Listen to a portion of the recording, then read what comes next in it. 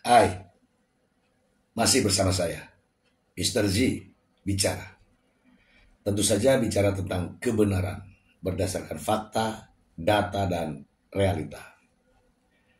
Teman-teman, ini adalah hasil sidang lanjutan dari kasus Nikita Mirzani terkait dengan perkara pemerasan dan tindak pidana pencucian uang.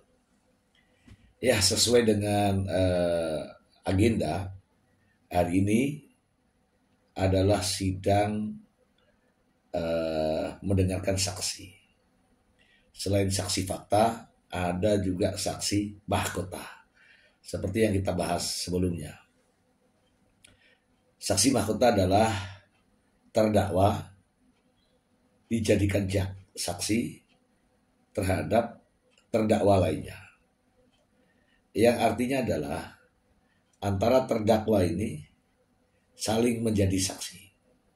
Nikita Mirzani terdakwa, Mail saksinya. Sementara Mail menjadi terdakwa, Nikita Mirzani saksinya. Ini sangat menarik, teman-teman. Mengapa?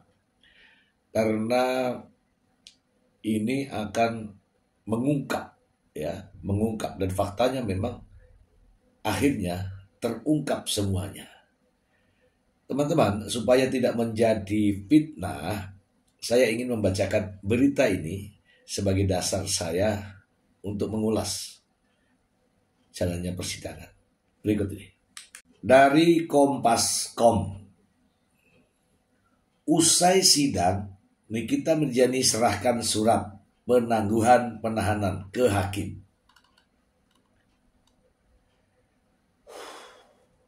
Jakarta, Kompas.com. Terdakwa kasus pemerasan dan tindak pidana pencucian uang Nikita Mirzani menyerahkan surat penangguhan penahanan kepada majelis hakim usai menjalani sidang pada hari ini, Kamis 21 Agustus 2025. Yang mulia, izin saya mau memberikan surat penangguhan saya, yang mulia, kata Nikita kepada majelis hakim di Pengadilan Negeri Jakarta Selatan. Dalam sidang hari ini tidak ada keributan yang dilakukan Nikita seperti sidang sebelumnya. Setelah diizinkan, Nikita bangkit dari kursinya dan menyerahkan amplop coklat berisi surat tersebut kepada hakim, lalu kembali duduk dengan tenang. Bahkan ia sempat melempar senyum tipis kepada pengunjung sidang. Setelah menerima surat itu, majelis hakim mengatakan akan meninjau surat tersebut terlebih dahulu. Jadi, surat kami terima, permohonan untuk penangguhan iya. Penuntut umum, penasihat hukum, nanti akan kita musyawarahkan ya, kata Hakim Ketua Khairul Saleh. Dengan begitu, sidang pun ditutup dan akan dilanjutkan pada Kamis depan, tanggal 28 Agustus 2025. Dengan agenda pemeriksaan 5 saksi ahli dan 1 saksi lain yang belum hadir sejak dipanggil pekan lalu, Melvina Husyanti. Dan untuk selanjutnya kita tunda hari Kamis tanggal 28 ya, untuk saksi dari penuntut umum dan ahli ya, sidang selesai dan ditutup. Hakim lalu mengetuk palu. Sebelumnya Nikita sempat mengamuk karena menolak kembali ke rumah tahanan dengan alasan ingin memutar audio bukti adanya transaksi antara jaksa dan pihak pelapor Reza Gladys. Saya tidak mau balik ke tahanan, saya minta rekamannya diputar di muka persidangan, ujar Nikita pada persidangan sebelumnya. Kala itu Nikita menolak dipakaikan rompi tahanan untuk dibawa kembali ke rutan Pondok Bambu, tempat ia ditahan selama periode persidangan. Ia sempat terduduk lama di dalam ruang sidang meskipun majelis hakim sudah meninggalkan ruangan. Nikita mengatakan bahwa Sidang yang ia jalani adalah sebuah kekonyolan yang menghabiskan waktu yang seharusnya bisa digunakan untuk merawat anak. Saya nggak mau pulang ke rutan untuk kasus pidana yang konyol seperti ini. Sudah cukup 5 bulan saya berdiam diri, kata Nikita di kursi terdakwa di ruang sidang utama Pengadilan Negeri Jakarta Selatan. Sebelumnya diberitakan Nikita Mirzani didakwa melakukan pemerasan dan tindak pidana pencucian uang terhadap pemilik produk kecantikan bernama Dr. Reza Gladys. Perbuatan itu dilakukan Nikita bersama asistennya Ismail Marzuki.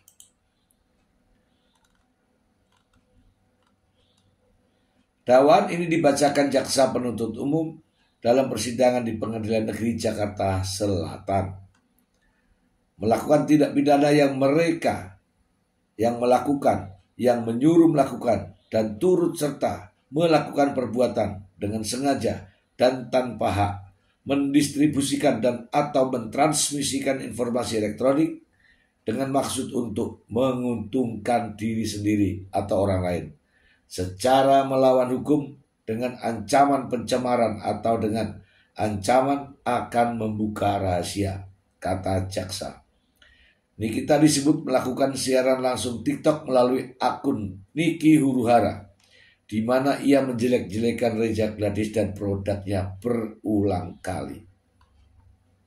Nikita menuding kandungan produk kecantikan Reza berpotensi menyebabkan kanker kulit. Dalam sidang tersebut, Nikita mengungkapkan bahwa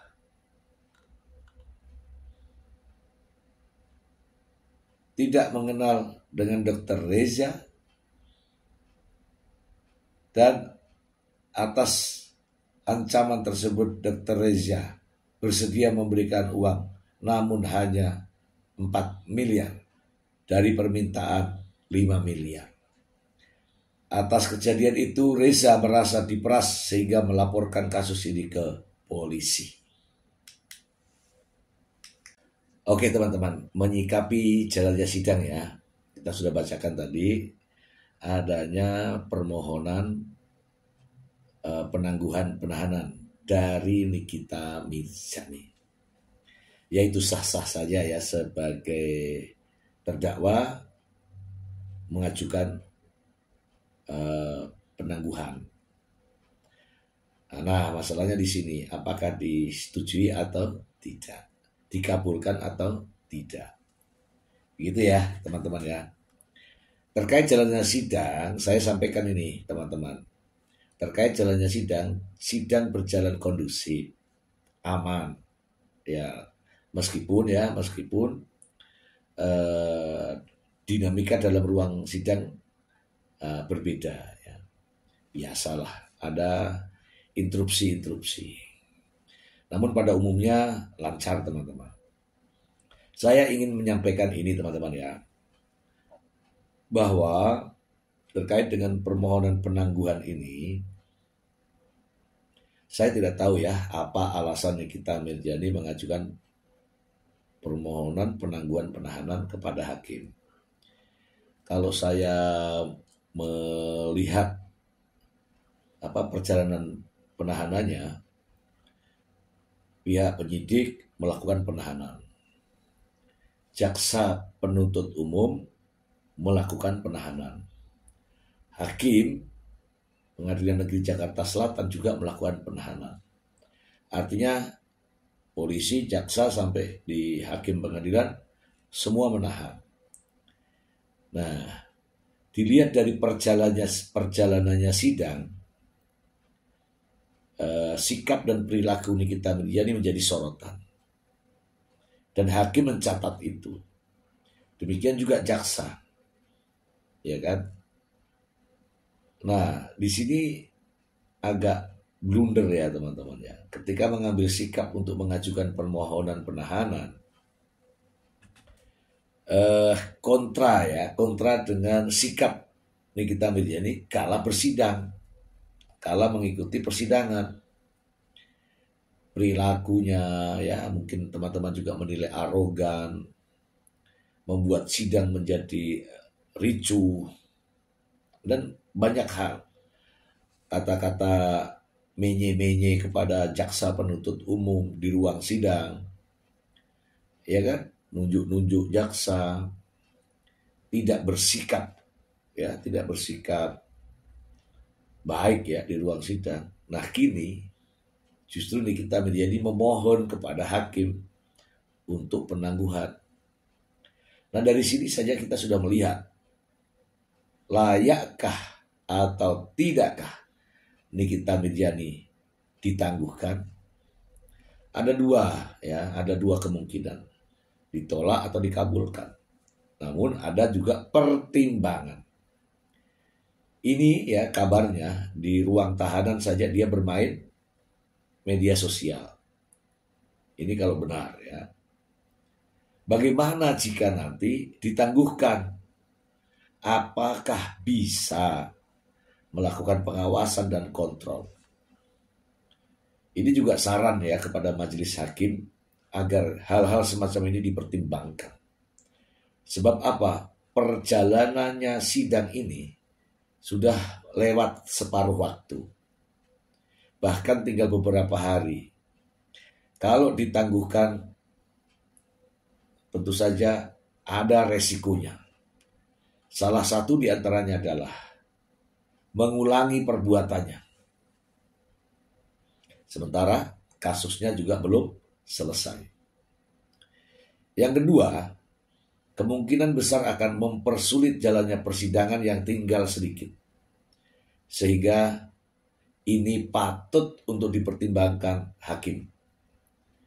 Dan fakta-fakta persidangan menunjukkan sikap daripada terdakwa di ruang sidang. Ini hanya memberikan saran ya pada Pak Hakim ya. Kalau saya hakimnya tentu jelas saya tidak akan mengabulkan itu. Tetapi ini semua kita serahkan kepada majelis. Apakah disetujui, apakah dikabulkan atau tidak. Yang jelas itu tadi semua pertimbangannya. Teman-teman, saya masih punya satu berita ini. Ini dari Kapan Lagi.com ya. Ini potret Nikita Mirzani koreksi kesaksian Mail di sidang. Lupa kiriman uang puluhan ribu dolar. Persidangan kasus yang menyeret Nikita Mirzani kembali menghadirkan drama di Pengadilan Negeri Jakarta Selatan, Kamis 21 Agustus 2025. Momen menarik terjadi ketika Nikita Mirzani selaku terdakwa terpaksa harus mengoreksi kesaksian yang dia disampaikan oleh sahabatnya sendiri Ismail Marzuki. Ismail Marzuki yang akrab disapa Mail dihadirkan oleh jaksa penuntut umum sebagai saksi, namun statusnya dalam kasus ini juga merupakan terdakwa, sama seperti Nikita Mirzani.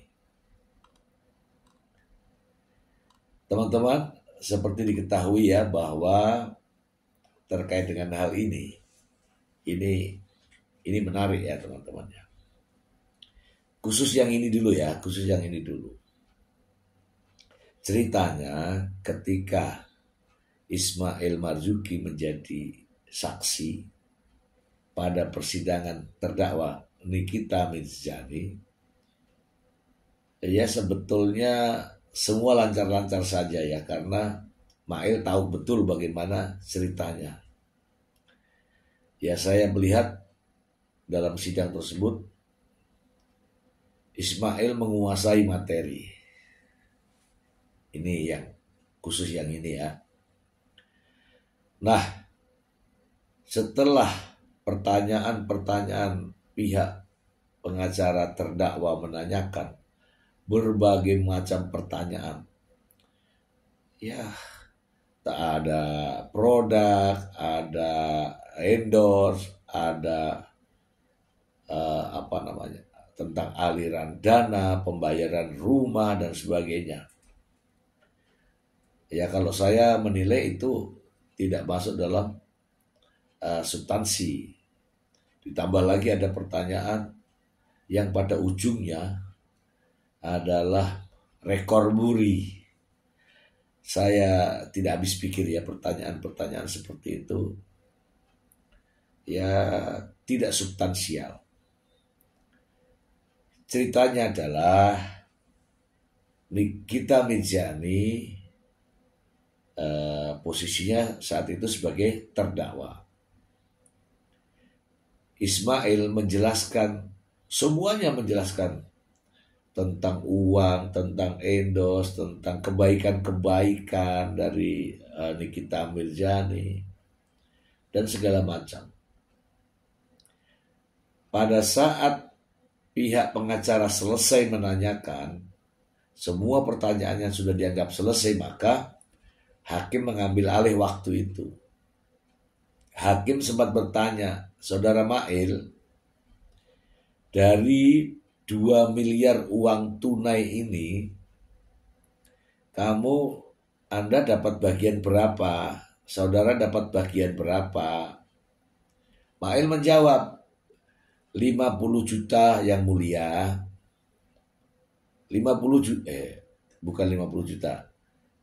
30 juta yang mulia gitu ya. 30 juta ya dijawab. Terus ada lagi enggak? Ismail menjawab, ya katanya mau ada lagi gitu. Ini kalau nggak salah ya teman-teman ya. Tapi prinsipnya seperti itu. Terus ada lagi enggak? Tidak ada yang mulia. Ini dari pertanyaan dari hakim anggota.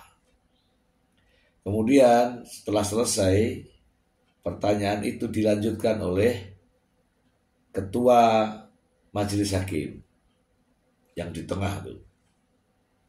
Saudara saksi, Anda tadi mengatakan Anda menerima uang 30 juta dari yang 2 miliar ini. Benar yang mulia.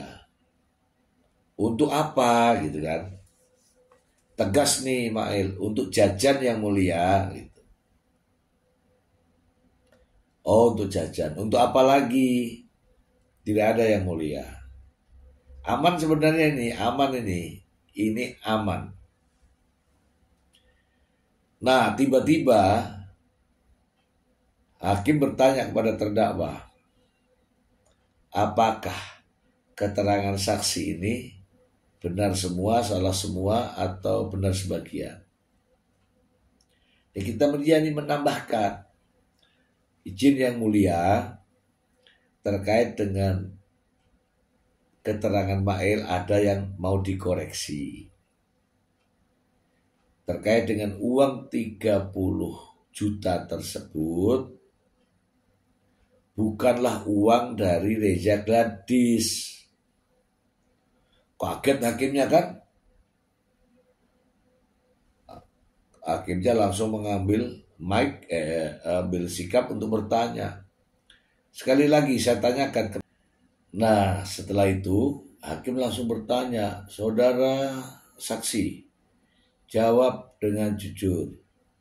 Saudara mendapatkan uang 30 juta dari uang tersebut. Kemudian karena dikoreksi dengan Nikita Mirzani tadi, jawaban Mail baru akhirnya berubah. Setelah hakim menanyakan terus, akhirnya Ismail merubah jawabannya.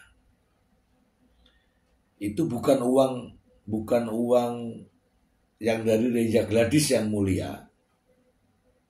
Itu uang milik Nikita Mirzani sendiri. Didesak kan? Ini yang uang 2M itu kamu dapat berapa? Dapat 30 juta yang mulia, tapi dalam bentuk dolar. Wah, bikin heboh kan. Inilah saya bilang, terjebak dengan pertanyaan-pertanyaan seperti ini. Sebenarnya kalau jujur saja sebenarnya Mail itu bisa dibantu ya, atau mungkin uh, namanya juga kan asisten ya. Tetapi ya itulah yang terjadi dalam persidangan. Ternyata Mail ini teman-teman ya sepertinya ya memasrahkan diri untuk memberikan support kepada Nikita Mirzani. Sementara Mail tidak tahu dirinya mau kemana. Inilah faktanya. Inilah faktanya. Jadi pada umumnya Ismail dalam keterangannya seolah-olah, ini saya lihat seolah-olah memberikan dukungan kepada Nikita Mirzani. Namun, saya sampaikan ya, namun Mail sering terjebak dengan pertanyaan-pertanyaan jaksa.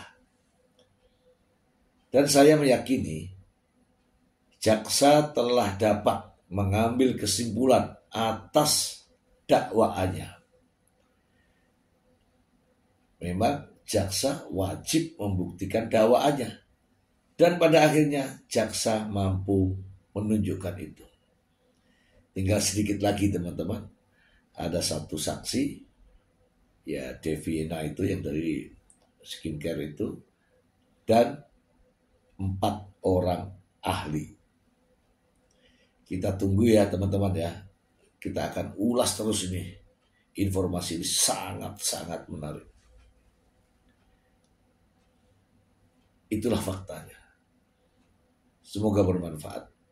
Terima kasih.